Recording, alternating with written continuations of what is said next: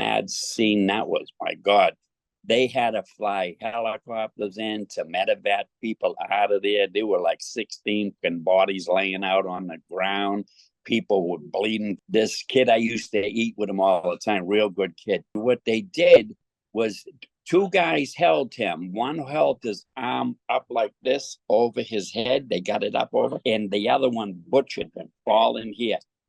Getting the lungs and stuff. They turned him into, and it was just meat.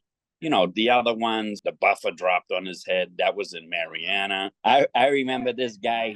His wife. She was in her 20s. She called him up and said, "Listen, I can't do it no more. I'm leaving." They had just had a baby, and he tied the cord around his neck with the buffer, and he jumped off the tier and ripped his head off. You know. Wow. This is Larry Lawton, and he's an ex-jewel thief. Larry's a former career criminal, once considered the biggest jewel thief in the United States. Hey everybody, Larry Lawton here. I got a great video with my buddy Paul Tellini, all the way from Colombia. Yes, you see this fireside chat we're having. Paul and I are very close. We were in the penitentiary together, and now I'm going to talk to Paul to 27 straight years behind the walls. Paulie's going to explain a couple of his worst prison stories. Before I get started, please like, subscribe, pass it on. You know, YouTube, I can't say certain words, so we're gonna have to bleep them out. Sorry about that, because they're really on me about a bunch of stuff, but that's quite all right. Paulie, welcome to the show. Well, thank you. How you guys doing today? Back in 89, 90, when I was in Miami, I was with Noriega. Noriega was there. They had built an apartment for him in back of the lieutenant's office.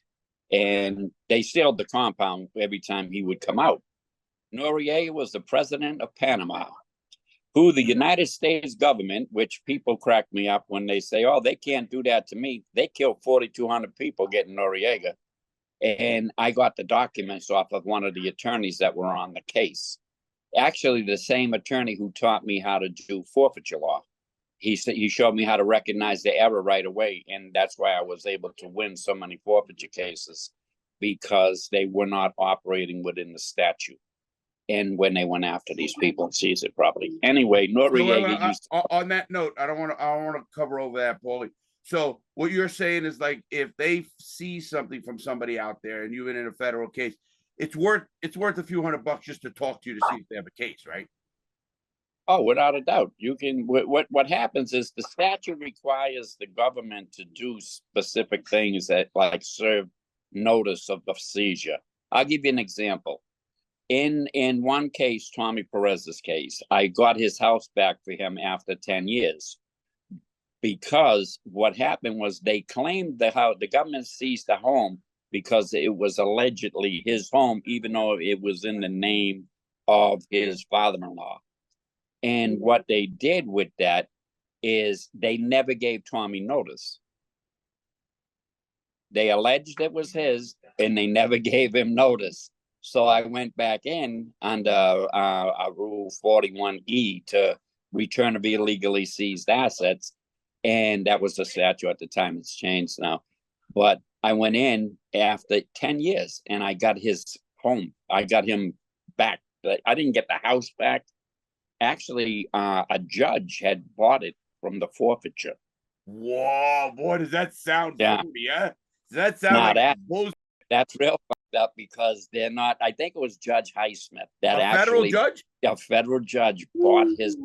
It was a nice fucking house. Now it had all kinds of bad shit in there, you know. And they seized the house, and then the federal judge fucking bought it, and from the forfeiture auction or something. I don't even think it was an auction. That was just the judge seeing it and said, "Oh, I want that," and they said, "Oh, here you go." You know. Yeah. That was one. We used to see, like, Noriega getting back to him. We would call him Pineapple Face now, because he Noriega, had a little. To let everybody know, Manuel Noriega was the president of Panama. The United States said he was a drug dealer. We went down to military forces, and I know one of the pilots that actually buzzed the city, and they literally was shaking windows, and they were going 100 feet above the power lines. And this was told to me by the pilot. But anyway, yeah, he was a drug dealer, so to speak, like Reagan was a drug lord during the Iran-Contra affair, right? Well, he was a weapons guy, yeah. But well, the Iran-Contra was drugs for hostages and with some weapons. of the Right. guys. So what I I'm was getting with some at, of the guys too. but what I was getting at, Paulie, is I want you to explain this. The United States said he was a drug dealer. We went down there with military, take him and put him in a federal prison. It is like somebody from El Salvador coming to America, taking Reagan, putting him in handcuffs, and bringing him back to El Salvador to go put in prison. Correct? Oh yeah, well, it was worse because they just started machine gunning, buildings where they thought the military or his people were hiding or shooting at them, and I think what happened was some idiot shot from a condominium building, at one of the helicopters, and that was it. You know what I mean? They don't need much more than boom. No. And it was on rocking. Oh, they wiped They out. had literally in the affidavit that I read, they were literally piles of bodies, and one woman was looking for her kid, and she seen the body. She seen the body of the child in the pile of fucking people, and she ran towards it, and they opened her face up with a fucking butt of a gun. They. I mean, That's it's a war, woman, bro. A woman. It's war. Listen, Paul, there is they were in a combat mode, and anything that was getting shot. Was he seized under a military law, or was he seized? Yeah. So he was a prisoner of war. He was a prisoner of war. He's the only one who ever got sentenced as a prisoner of war during that, in any kind of drug related crime. He was the only one who's ever done it. Now, and he had the best of the best fucking lawyers down there. I mean, they were catering to him. They did everything, and because he was a prisoner of war, they had to build him and keep him separate from all of the. They didn't have a Guantanamo Bay. Right. If they had Guantanamo Bay at that time period, his ass would have been in it. You know what I mean?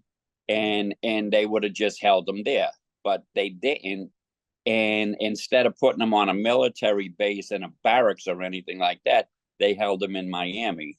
And I remember the kids, that were in my unit, they were on the construction crew, and they went in there and they had to build an apartment for him, and his family used to come and visit him. And they used to go into the lieutenant's office. They sealed the whole compound whenever he was moving, and it was like behind the lieutenant's office, across from the hospital. That's where his thing was. And my unit was, I think it was A unit. I was right there, and my window was on the yard, so I could see him walking the lake. Were you in Miami at the time when Randy Lanier was there? But the name is very familiar. I don't really recall him. It's tens of thousands of people you went through. Yeah, but that was the year they did the helicopter. There when Ben Kramer. That's him. That was Randy. Yeah, Randy, with Ben. They tried to escape with the helicopter. Right. Yeah, that was Ben Kramer that did that. Yeah, but that was Randy as well. Yeah. Randy's the guy that I did on my show, who was the biggest pot guy. Yeah, big smile. Hundreds of his last road was 60 million, 56 million. One load. Oh yeah. Yeah, the barges. Yeah. Okay, Paul, what violence have you seen in any of the prisons? Give a little. A ton. A ton. When I ask penitentiary guys, it's so different. Then I remember one day, I think you were with me. We were in Edgefield, and we were sitting watching TV. I know. And we seen the guy come in. We seen them creep in on the move. About 10 and they hit the kid.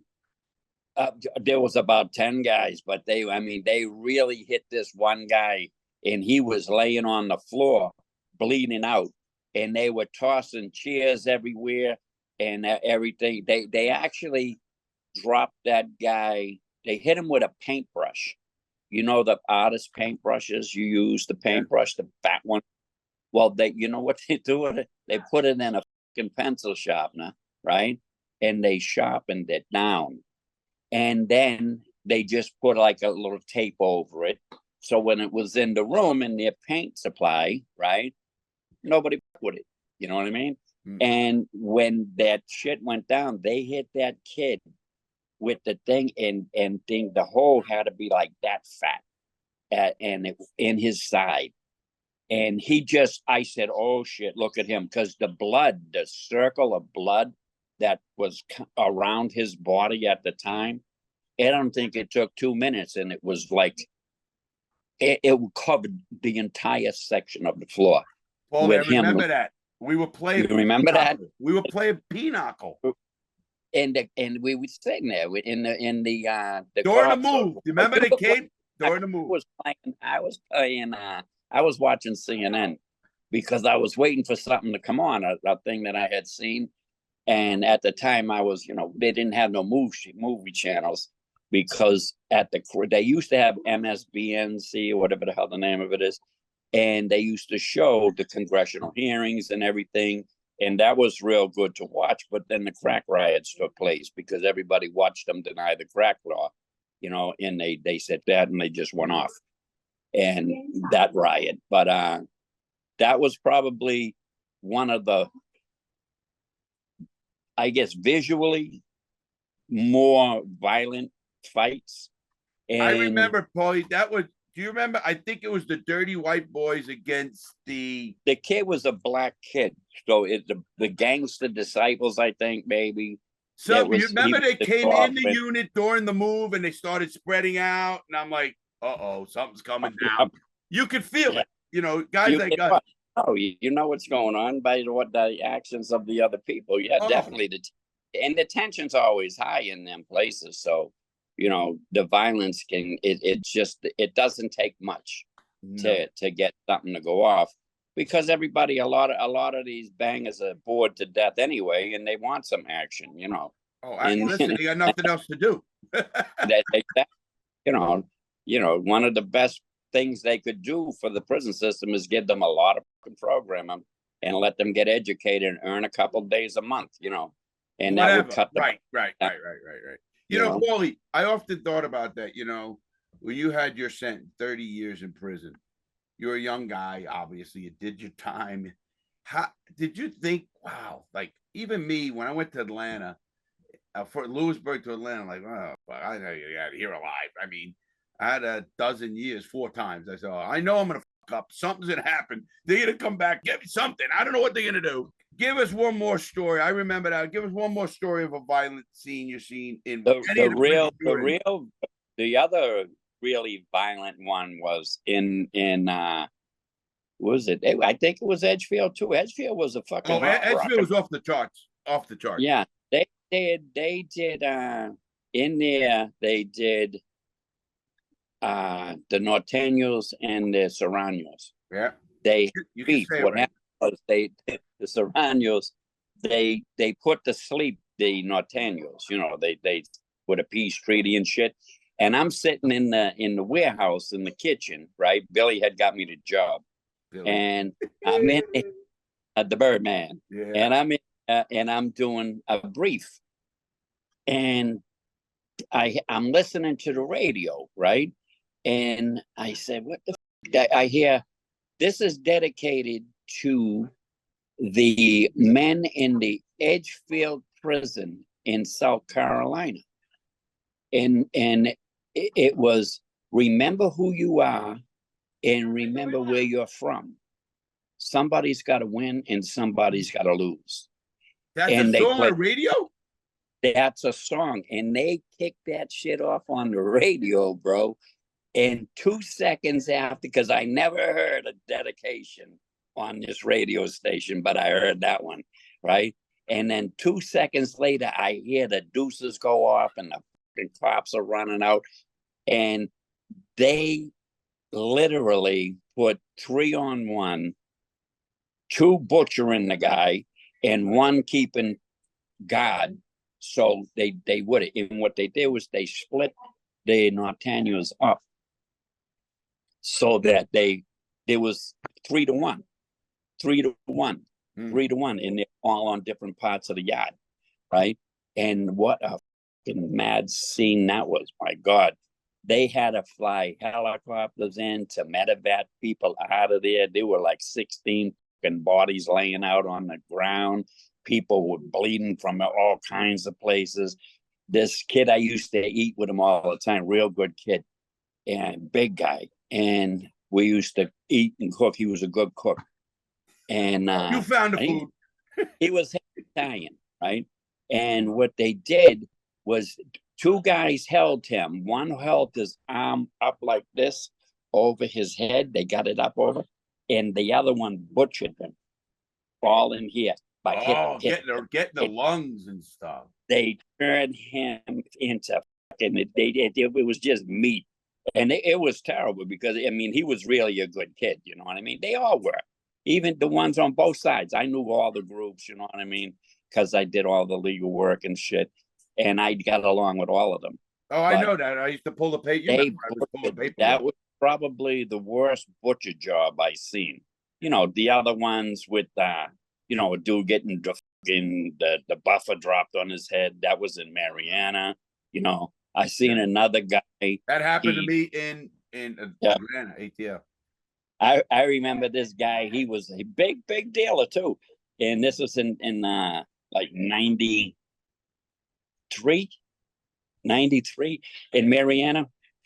And his wife, he was probably in his 50s, right? She was fucking in her 20s, right? And she called him up and said, listen, I can't do it no more. I don't give a fuck, I'm leaving, right? And they had just had a baby not too long early, you know, maybe the baby was 1 or 2 years old.